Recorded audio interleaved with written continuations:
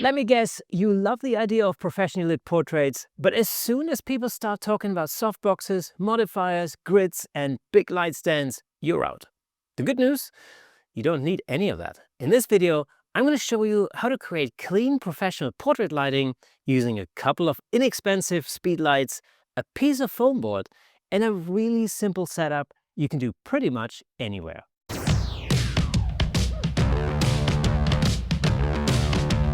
My name is Kirsten Nuts and you're watching Platypod TV, brought to you by Platypod, where innovation never sleeps.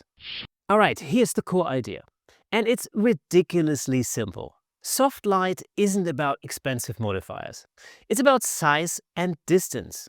If you can make your light source bigger relative to your subject, you get softer, more flattering light. And today, we're doing just that by bouncing a flash into some foam board. Now this is everything I'm using. One flash off camera set to slave mode. One piece of white foam board, and I'm holding it all in place using a Platypod Extreme with a handle, a couple of elbows and clamps. To be fair, you can get away with just one elbow and clamp, but you know, health and safety in the workplace and all that. Nothing fancy, no light stands, and definitely no softbox. And the nice thing about this setup is, once it's locked in, it doesn't move. Let me show you how this is set up. The flash isn't pointing at my subject, it's actually pointing into the foam board. That foam board becomes my new, much bigger light source. The closer I bring it to the subject, the softer the light becomes. I've placed it slightly to the side and just above eye level, so we still get some shape and shadow, not flat, boring light. Now you might be thinking, how do I trigger the flash?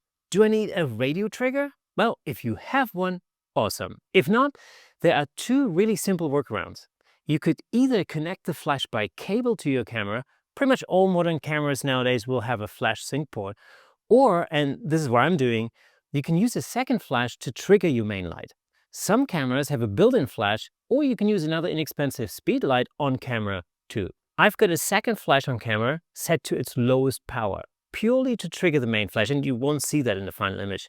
It's not lighting the subject, it's just there to fire the key light. Just make sure that your key light is set to slave or receiver mode. It's simple, reliable, no extra gear headaches, and if you don't have a radio trigger, this works every time. And this is the result. Soft highlights, clean skin tones, beautiful fall off.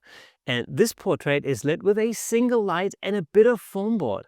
If I didn't tell you how it was lit, most people would assume there's a softbox just out of frame. So if you've been putting off learning lighting because you think you need loads of kit, you don't. Try this setup at home, experiment with distance and angle, and if this helped, hit subscribe, drop a comment, and let me know how it went. Simple gear, professional results. And there you have it, folks. I hope this video gave you some ideas and inspired you to light your next portrait shoot. If you want to learn more about photography, check out my podcast, the Camera Shy Podcast, where I've talked to some of the leading photographers on the planet in detail about how they create their amazing images.